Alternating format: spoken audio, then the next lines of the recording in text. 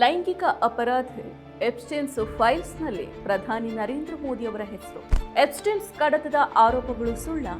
ವಿದೇಶಾಂಗ ಸಚಿವಾಲಯ ಏನಂತ ಸ್ಪಷ್ಟನೆ ಕೊಟ್ಟಿದೆ?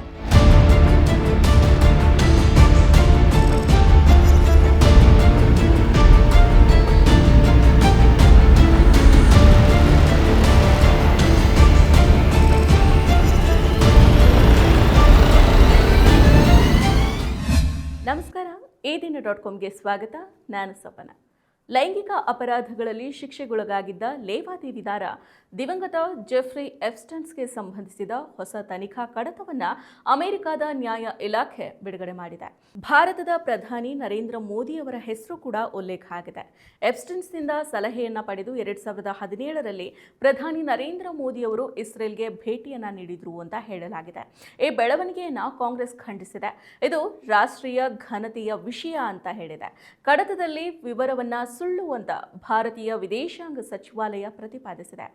ಯುಎಸ್ ನ್ಯಾಯಾಂಗ ಇಲಾಖೆ ಎಪ್ಸ್ಟೈನ್ಸ್ ಕುರಿತ ತನಿಖಾ ಕಡತಗಳಿಂದ ಹೊಸ ದಾಖಲೆಗಳನ್ನು ಬಿಡುಗಡೆ ಮಾಡ್ತಾ ಇದೆ. 2,000ಕ್ಕೂ ಹೆಚ್ಚು ವಿಡಿಯೋಗಳು ಮತ್ತು 1,80,000 ಚಿತ್ರಗಳ ಜೊತೆಗೆ 30 ಲಕ್ಷ ಪುಟಗಳಿಗೂ ಹೆಚ್ಚು ದಾಖಲೆಗಳನ್ನು ಬಿಡುಗಡೆ ಮಾಡ್ತಾ ಇರೋದಾಗಿ America deputy attorney general Todd Blanche ಹೇಳಿದ್ದಾರೆ. ಕಡತದಲ್ಲಿ ಅಮೆರಿಕ ಅಧ್ಯಕ್ಷರ ಅನುಕೂಲಕ್ಕಾಗಿ ಇಸ್ರೇಲ್ಗೆ ಭೇಟಿಯನ್ನ ನೀಡುವಂತೆ ಭಾರತದ ಪ್ರಧಾನಿ ನರೇಂದ್ರ ಮೋದಿ ಅವರು ಎಪ್ಸ್ಟೈನ್ಸ್ನಿಂದ ಸಲಹೆಯನ್ನ ಪಡೆದಿದ್ರು. ಅವರು ಕೆಲವು ವಾರಗಳ ಹಿಂದೆ ಭೇಟಿಯನ್ನ ನೀಡಿದ್ರು. ಅವರು ಅಲ್ಲಿ ನೃತ್ಯವನ್ನ ಮಾಡಿದ್ರು, ಹಾಡು ಹಾಡಿದ್ರು. ಅವರ ಭೇಟಿ ಕೆಲಸ ಮಾಡಿದೆ ಅಂತ ವಿವರಿಸಲಾಗಿದೆ. 2017ರ ಜುಲೈ 4ರಿಂದ 6ರವರೆಗೆ ಪ್ರಧಾನಿ ನರೇಂದ್ರ ಮೋದಿ ಅವರು ಇಸ್ರೇಲ್ ಭೇಟಿ ನೀಡಿದ್ರು. ಈ ಭೇಟಿಯ 3 ದಿನಗಳ ಬಳಿಕ ಅಂದರೆ ಜುಲೈ 9 ಎಪ್ಸ್ಟೈನ್ಸ್ ಇಮೇಲ್ ಮಾಡಿದ್ದಾರೆ. ಅದರಲ್ಲಿ ತಾವು ಮೋದಿಗೆ ಸಲಹೆಯನ್ನ ನೀಡಿದ್ರ ಬಗ್ಗೆ ಬರೆದಿದ್ದಾರೆ. ಅಷ್ಟೇ ಅಲ್ಲ, ಮೋದಿ ಇಸ್ರೇಲ್ ಭೇಟಿಗೂ 1 ವಾರಗಳ ಮುಂಚೆ 2017ರ ಜೂನ್ 25ರಿಂದ 26ರಂದು ಮೋದಿ ಅವರು ಅಮೆರಿಕದಲ್ಲಿ ಟ್ರಂಪ್ ಅವರನ್ನ ಭೇಟಿಯಾಗಿದ್ರು ಅಂತ ಹೇಳಲಾಗಿದೆ. ಈ ಫೈಲ್ಸ್ನಲ್ಲಿ ಪ್ರಧಾನಿ ನರೇಂದ್ರ ಮೋದಿ ಹೆಸರಿರೋದನ್ನ ಉಲ್ಲೇಖ ಮಾಡಿ ಬಿಜೆಪಿ ವಿರುದ್ಧ ಕಾಂಗ್ರೆಸ್ ವಾಗ್ದಾಳಿಯನ್ನು ನಡೆಸಿದೆ. ಇದು ಅತ್ಯಂತ ನಾಚಿಕೆಗೇಡು, ರಾಷ್ಟ್ರೀಯ ಘನತೆ ಮತ್ತು ಅಂತಾರಾಷ್ಟ್ರೀಯ ಖ್ಯಾತಿಯ ವಿಷಯ. ಕಡತದಲ್ಲಿನ ಆರೋಪಕ್ಕೆ ಬಿಜೆಪಿ ಉನ್ನತ ನಾಯಕರು ಉತ್ತರವನ್ನ ನೀಡಬೇಕು ಅಂತ ಆಗ್ರಹ ಮಾಡಿದೆ. ಪ್ರಧಾನಿ ನರೇಂದ್ರ ಮೋದಿ ಅವರು ಜೆಫ್ರಿ ಎಪ್ಸ್ಟೈನ್ಸ್ ಜೊತೆ ಆಳವಾದ ಮತ್ತು ದೀರ್ಘಕಾಲೀನ ಸಂಬಂಧವನ್ನ ಹೊಂದಿದ್ದಾರೆ ಅನ್ನೋದು ಈಗ ಸ್ಪಷ್ಟ ಆಗಿದೆ. ಇದು ಭಾರತಕ್ಕೆ ನಾಚಿಕೆಗೇಡಿನ ಸಂಗತಿ. ಇದು ರಾಷ್ಟ್ರೀಯ ಘನತೆ ಮತ್ತು ಅಂತಾರಾಷ್ಟ್ರೀಯ ಖ್ಯಾತಿಯ ವಿಷಯ ಆಗಿದೆ. ಇದಕ್ಕೆ ಪ್ರಧಾನಿ ನರೇಂದ್ರ ಮೋದಿ ಅವರು ಉತ್ತರಿಸಬೇಕು.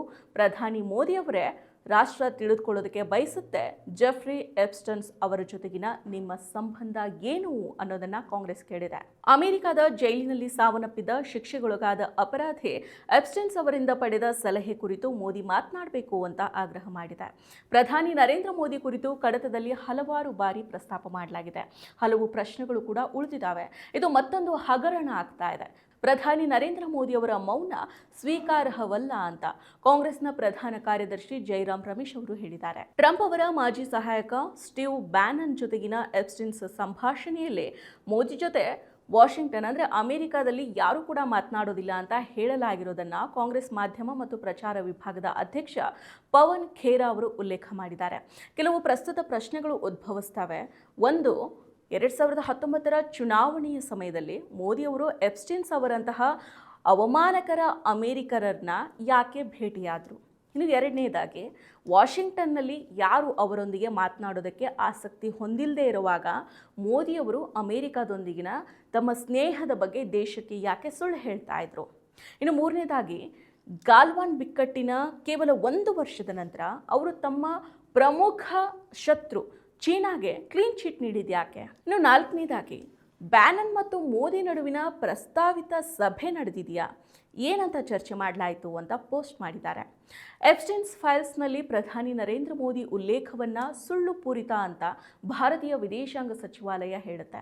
2017ರ ಜುಲೈನಲ್ಲಿ ಪ್ರಧಾನಿಯವರು ಇಸ್ರೇಲ್ಗೆ ಅಧಿಕೃತ ಭೇಟಿ ನೀಡಿದ್ದನ್ನು ಮೀರಿ ಇಸ್ರೇಲಿನಲ್ಲಿನ ಉಲ್ಲೇಖಗಳು ಶಿಕ್ಷೆಗೊಳಗಾದ ಅಪರಾಧಿಯೊಬ್ಬರ ಕಸದ ಮಾತುಗಳಷ್ಟೇ ಅಲ್ಲ, ಇದನ್ನು ಅತ್ಯಂತ ತಿರಸ್ಕಾರದಿಂದ ನಿರಾಕರಿಸೋದಕ್ಕೆ ಅರ್ಹ ಆಗಿದೆ ಅಂತ ಹೇಳಿದೆ.